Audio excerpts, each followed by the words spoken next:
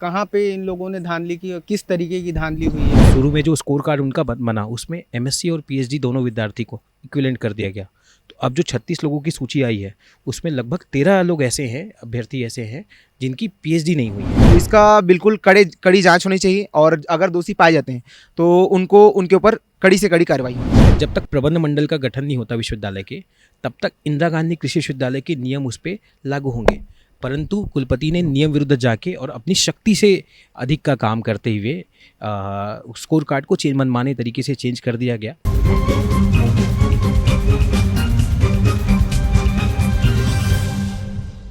नमस्कार। छत्तीसगढ़ में नई सरकार बनने के बाद लगातार जो परीक्षा और नियुक्ति पर तमाम तरीके के सवाल उठाए जा रहे हैं, जहां एक तरफ एसआई की भर्ती की मांग को लेकर लगातार जो प्रदर्शन है वो हो रहे हैं, दूसरी तरफ सीबीआई की जांच और सीबीआई की एंट्री हो चुकी है छत्तीसगढ़ में सीजीपीएससी के स्कैम को लेकर।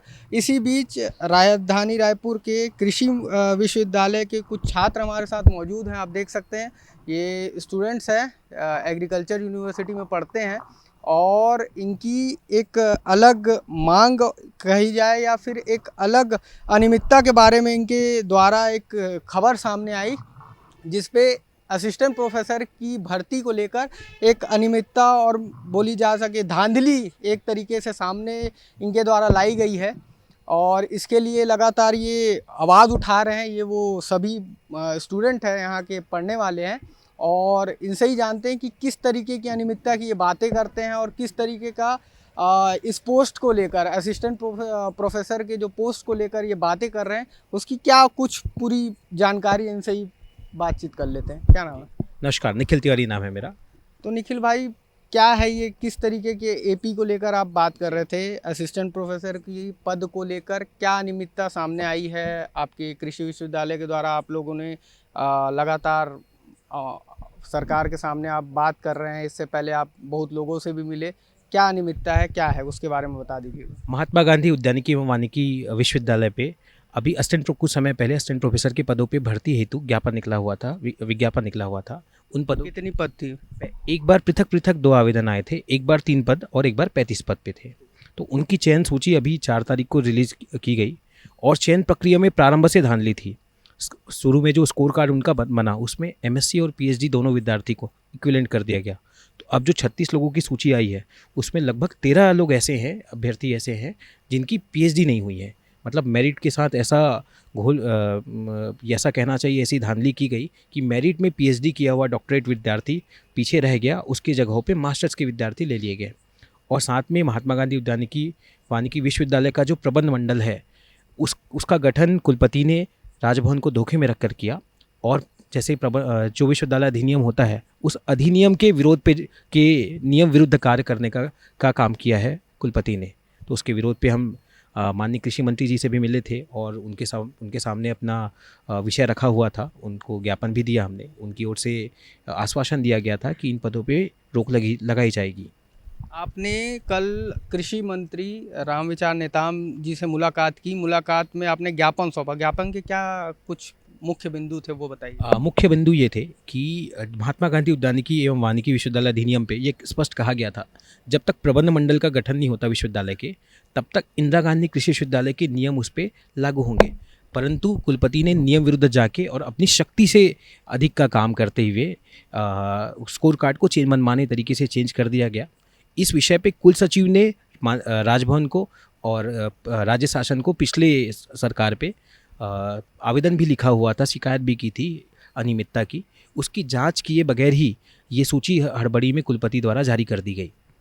और इसके साथ में एक और विषय था, तृतीय एवं चतुर्थ वर्ग कर्मचारी के पदों में भर्ती हेतु भी विज्ञापन निकला हुआ था। उसमें यह है कि केंद्र सरकार द्वारा नियम है कि तृतीय एवं चतुर्थ वर्ग कर्मचारी पे इंटरव्यू लेने का प्रावधान नहीं है, परंतु स्किल टेस्ट के नाम पे क्रमशः 30 और 40 अंक का स्किल टेस्ट रखा हुआ है यहाँ पे। तो वो भी अपने आप में केंद्र सरकार एवं राज्य सरकार के नियमों का अनदेखा है।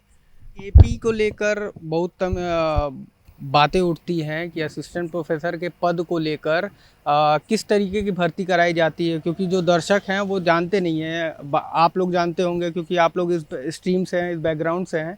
किस तरीके से भर्ती की प्रक्रिया की जाती है और कहाँ पे इन लोगों ने धांधली की, किस तरीके की धांधली हुई है? सीधी की जाती है। इसमें आवेदन मंगाए जाते हैं और स्कोर कार्ड रहता है एक, जिसमें पृथक पृथक नंबर, यूजी के आपके नंबर, यूजी, पीजी, पीएचडी, आपके रिसर्च के अंक रहते हैं और साथ में एक्स्ट्रा को करिकुलर एक्टिविटी, एनएसएस, एनसीसी और एक्सपीरियंस के भी अंक रहते हैं। तो जहाँ पे इन्होंने धांधली किया, पहले क्या था कि पीजी के विद्यार्थियों को और पीजी का अलग नंबर था, पीएचडी का अलग अंक था और नेट का अलग अंक था। अभी ये जो पिछला स्कोर कार्ड आया उसमें ये क्या किया गया, पीजी प्लस नेट या फिर पीएचडी दोनों को इक्वल कर दिया गया। तो जो नंबर उसमें दिए गए थे वो इनको भी बराबर, पीजी वाले को जिनका नेट निकला हुआ था, और पीएचडी वाले को भी बराबर दे दिया गया। तो सबसे बड़ी धांधली यहीं पे थी। और साथ में प्रबंध मंडल, जिसके अनुमोदन से ही ये सारे विज्ञापन निकाले जाएंगे, ये सारे पद भरे जाएंगे, तो प्रबंध मंडल के गठन में ही विश्वविद्यालय अधिनियम में कहा गया था कि 3 लोगों को व्यक्तियों को नामित करने का उसमें प्रावधान है। तो उसमें एक था कि कृषि अभियांत्रिकी से एक विख्यात वैज्ञानिक रहेंगे। तो कृषि अभियांत्रिकी के वैज्ञानिक की जगहों पे कुलपति ने राजभवन को धोखे में रखते हुए ऐसे सामान्य अभियांत्रिकी, सामान्य इंजीनियरिंग के व्यक्ति को नामित कराया। और दूसरा पता था कि हॉर्टिकल्चर के एक व्यक्ति का चयन करना था, उसकी जगह पे फॉरेस्ट्री के व्यक्ति का चयन किया गया। तो इस तरीके से जो प्रबंध मंडल बना, जहाँ से ये जिसके माध्यम से सारे पद भरे जाने थे, जिसके अनुमोदन से, उसकी प्रारंभ में वहीं से धांधली चालू की गई। क्या लगता है कि कुलपति अपने लोगों को सेटल डाउन करवा रहे हैं पैसे ले लेके, ऐसा कुछ धांधली हो रहा है क्या यहाँ? बिल्कुल ये वास्तविकता है। और इन्हीं सब आरोपों से पिछले 3 बार पे इन्हीं कुलपति को पिछले 3 विश्वविद्यालयों, कृषि विश्वविद्यालयों से इनके कार्यकाल खत्म करने से पहले ही इनको निकाल दिया गया था। ये एनडीयूएटी उत्तर प्रदेश में रहे हैं, इसके बाद में ये बिरसा एग्रीकल्चर यूनिवर्सिटी में रहे, और इसके पिछली बार पे महू पे रहे हुए हैं, ये डॉक्टर बी आर अम्बेडकर सामाजिक संस्थान पे ये रहे हुए हैं। तो वहाँ से भी इनको इनके कार्यकाल पूरा होने से पहले ही निकाल दिया गया है। इसके बाद अब धांधली तो हो गई, अब आप लोगों ने कृषि मंत्री से भी बातचीत कर लिया, उनके तरफ से आश्वासन दिया गया आप लोगों को। अब आगे किस तरीके की रणनीति का तैयार कर रहे हैं? क्योंकि अनियमितता आप जिस तरीके से बता रहे हैं कि पैसे लेकर लोगों को पोस्ट बांट दिए गए, आप लोगों को, पूरे स्टूडेंट्स जो तैयारी कर रहे थे इस पोस्ट को लेके, उनको कहीं ना कहीं इसमें ठेस पहुंचा है। तो अब आगे क्या रणनीति रहने वाली है? अखिल भारतीय विद्यार्थी परिषद के माध्यम से हम अभी सब कृषि मंत्री को ज्ञापन दिए थे। साथ में माननीय राज्यपाल के पास पे भी हमने अपनी शिकायत दर्ज की हुई है, और राज्यपाल महोदय ने जांच का आश्वासन दिया हुआ है। और आगे आज हमने प्रदर्शन भी किया था विश्वविद्यालय परिसर में, बाकी संगठन से चर्चा करके आगे की विरोध का रणनीति तय किए जाएंगे। क्या आज क्या बातचीत हुआ? राज्यपाल से आप लोगों ने मुलाकात किया, उन्होंने क्या कहा? राज्यपाल महोदय ने इसकी जांच करने की का आदेश दिया हुआ है। राज्यपाल ने कहा है कि इसकी जांच कराई जाएगी, उच्च स्तरीय जांच की जाएगी।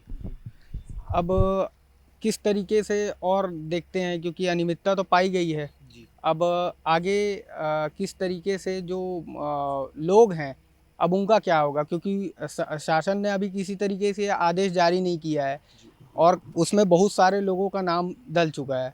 तो अब क्या लगता है कि आगे ये पोस्ट को फिर से कराया जाए कि एक बार फिर से जांच हो? क्योंकि राज्य में ये एक या दो विभाग नहीं है, इससे पहले और भी कई विभागों के साथ अनियमितता पाई गई। क्या लगता है?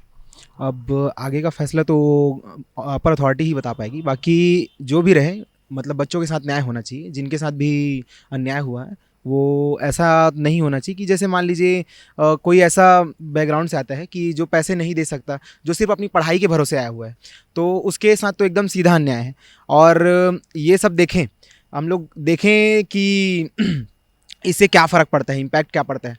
तो आगे अगर ऐसा व्यवस्था रह गया तो आगे तो कोई सपना देख ही नहीं सकता है अब असिस्टेंट प्रोफेसर बनने का। ठीक है, तो इसका बिल्कुल कड़ी जांच होनी चाहिए, और अगर दोषी पाए जाते हैं तो उनके ऊपर कड़ी से कड़ी कार्रवाई होनी चाहिए। कितने की पोस्ट की बात हो रही है? कितने रुपए में बेचे गए हैं ये पोस्ट? आप कुछ आइडिया है? क्योंकि आप लोग ज़्यादा जानेंगे ना इसके बारे में कि कितने जो करीबी हैं। क्या लगता है कि करीबी को दिए गए हैं क्या पोस्ट? तावन जैसे CGPSC में किए गए थे, उस तरीके का कुछ है क्या? जी नहीं, वैसा एकदम प्रॉपर जानकारी नहीं है मेरे को। अब बाकी सर को जानकारी होगी, मेरे को नहीं है। बहुत धन्यवाद। जी जी। तो ये थे वो सभी छात्र जिनका कहना है कि जो एपी है, असिस्टेंट प्रोफेसर, उसको लेके कई तरीके की अनियमितता पाई गई है और लगातार ये मंत्री, कृषि मंत्री से मुलाकात किए थे, जिन पे उनको आश्वासन दिया गया और आज इन्होंने राज्यपाल से भी मुलाकात की, जिसमें उनको कहा गया कि इस पर जल्दी से जल्द बैठक ली जाएगी और बैठक में जो जांच है उस पर और प्रक्रिया पर विचार विमर्श किया जाएगा। उसके बाद ही कुछ डिसीजन सामने लाया जाएगा। कैमरा पर्सन अजहर के साथ आशुतोष गौरा, एडिटर जी न्यूज़, रायपुर, छत्तीसगढ़।